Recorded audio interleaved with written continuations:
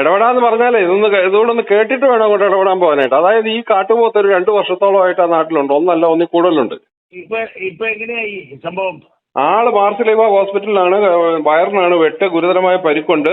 അടിയന്തര ശസ്ത്രക്രിയയിലാണ്. അത് ചികിത്സാ സഹായം ഉൾപ്പെടെ ലഭ്യമാക്കേണ്ട കേസാണ്.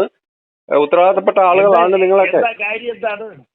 കാട്ടുപോത്ത് പുള്ളിയെ ആക്രമിച്ചു ഉച്ചയ്ക്ക്. എവിടെ? സ്പ്രിംഗ് വാലിയിൽ വെച്ച്. സ്പ്രിംഗ് വാലി, അതായത് ഇവരെല്ലാം കൂടെ രാവിലെ കുരിശുമല കയറാനായിട്ട് പോകുമ്പോൾ സ്പ്രിംഗ് വാലി അങ്ങേ അറ്റത്ത് നമ്മുടെ രാജീവ് ചന്ദ്രശേഖരന്റെ റിസോർട്ട് ഉള്ളതൊക്കെ അറിയാമല്ലോ. അതിന്റെയൊക്കെ ഇപ്പുറത്ത് വെച്ച് റോഡ് സൈഡിൽ അവിടെ ഒരു പറമ്പിൽ വെച്ചാണ് സംഭവം. സ്പ്രിംഗ് വാലി ജനവാസ മേഖലയിൽ കാട്ടുപോത്തും വന്യമൃഗങ്ങളും ഇറങ്ങി നടക്കാൻ തുടങ്ങിയിട്ട് കാലം കുറെ ആയതാണ്. ആരുമില്ല, സഹായത്തിന് ആരുമില്ല. അവിടെ പറഞ്ഞു കഴിഞ്ഞാൽ ഒന്നും അവിടെ തിരിഞ്ഞു നോക്കാൻ പോലും ആരുമില്ല.